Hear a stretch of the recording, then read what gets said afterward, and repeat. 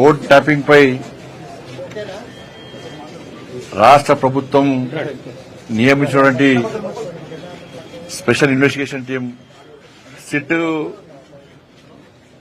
గత నెల రోజుల క్రితమే విచారణకు హాజరు కావాలని చెప్పి నాకు నోటీస్ ఇవ్వడం జరిగింది.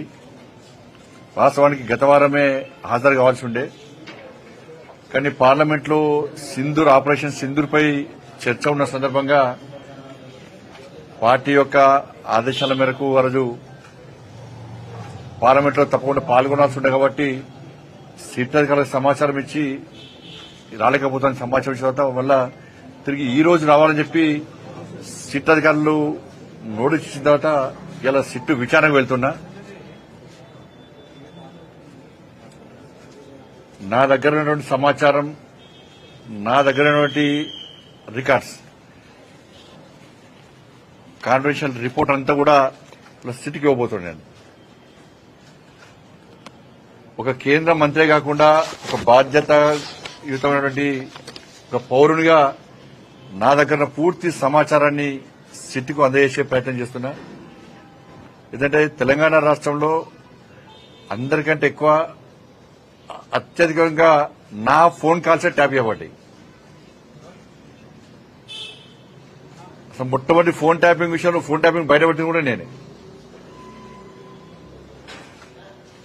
అందరి నా ఫోన్లు, మా కుటుంబ సభ్యుల ఫోన్లు, మా సిబ్బంది ఫోన్లు, మా ఇంట్లో పనిచేసే వర్కర్ల ఫోన్లు, మా పార్టీ నాయకుల ఫోన్లు, మా పార్టీ కార్యకర్తల ఫోన్లు కూడా ఇలా కేసీఆర్ గారి ప్రభుత్వం ఇలా అన్ని కూడా ఫోన్ ట్యాప్ చేయబడ్డాయి. కాబట్టి ఈ విషయంలో ఇప్పటి కూడా ఈ కాంగ్రెస్ పార్టీ ప్రభుత్వం మీద నమ్మకం లేదు, సిట్ మీద నమ్మకం లేదు. సిట్ అధికారులు పోలీసులను తప్పుపడతలేము, అధికారులు మంచోళ్లే, కానీ వాళ్లను స్వేచ్ఛగా అధిక విచారణ చేసేటువంటి అవకాశం కాంగ్రెస్ పార్టీ ప్రభుత్వం, రేవంత్ రెడ్డి ప్రభుత్వం ఇస్తలేదు. ఇదంతా కూడా టైంపాస్ కోసమే. సంవత్సరాలు విచారణ పెడుతున్న కాలయాపన చేస్తున్నది. కేసీఆర్ కుటుంబంలో ఒక్కరిని ఇంతవరకు అరెస్ట్ చేయాలి. కమిషన్లు వేసినారు, టైంపాస్ చేస్తున్నారు. కమిషన్ రిపోర్ట్లు వచ్చినా చర్యలు తీసుకునే పరిస్థితి లేదు. కాబట్టి బీఆర్ఎస్, కాంగ్రెస్ ఇద్దరి మధ్య దోస్తానా, వాళ్ళిద్దరు కలిసి ఈ డ్రామాలు ఆడుతున్నారు. కాబట్టి దీని మీద నమ్మకం లేదు. అందుకే సీబీఐ విచారణ జరపాలని చెప్పి మేము డిమాండ్ చేస్తున్నాం. మిగతా అన్ని విషయాలు కూడా ఆ విచారణ అనంతరం మీకు వచ్చే అన్ని విషయాలు బయట చెప్తారు. ఫోన్ ట్యాపింగ్ పై రాష్ట్ర ప్రభుత్వం నియమించినటువంటి స్పెషల్ ఇన్వెస్టిగేషన్ టీం సిట్ గత నెల రోజుల క్రితమే విచారణకు హాజరు కావాలని చెప్పి నాకు నోటీస్ ఇవ్వడం జరిగింది. వాస్తవానికి గత వారమే హాజరు కావాల్సి ఉండే, కానీ పార్లమెంట్లో సింధూర్ ఆపరేషన్ సింధూర్పై చర్చ ఉన్న సందర్భంగా పార్టీ యొక్క ఆదేశాల మేరకు ఆ రోజు పార్లమెంట్లో తప్పకుండా పాల్గొనాల్సి ఉండే కాబట్టి సిట్ అధికారులకు సమాచారం ఇచ్చి రాలేకపోతాను సమాచారం ఇచ్చిన తర్వాత వల్ల తిరిగి ఈ రోజు రావాలని చెప్పి సిట్ అధికారులు నోటీస్ ఇచ్చిన తర్వాత ఇలా సిట్ విచారణకు వెళ్తున్నా. నా దగ్గర ఉన్నటువంటి సమాచారం, నా దగ్గర ఉన్నటువంటి రికార్డ్స్, కాన్ఫిడెన్షియల్ రిపోర్ట్ అంతా కూడా సిట్కి ఇవ్వబోతున్నాను.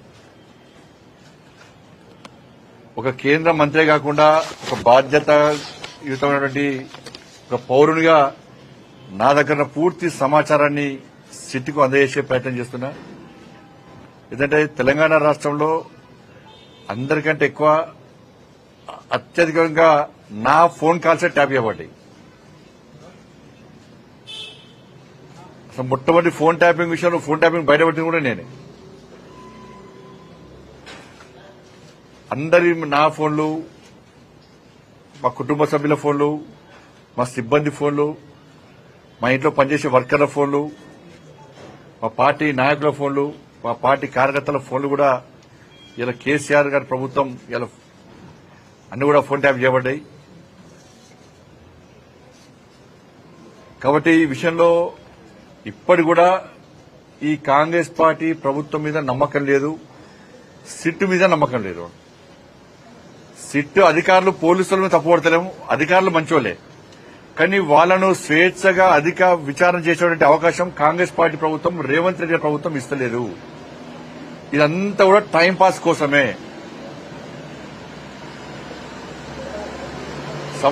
సంవత్సరాలు విచారణ పెడుతున్న కాలయాపన చేస్తున్నది.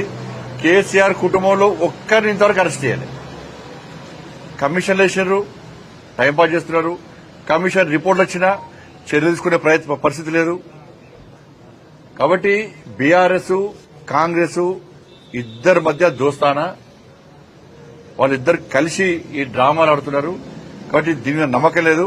అందుకే సీబీఐ విచారణ జరపాలని చెప్పి మేము డిమాండ్ చేస్తున్నాం. మిగతా అన్ని విషయాలు కూడా ఆ విచారణ అనంతరం మీకు వచ్చే అన్ని విషయాలు బయట చెప్తాను.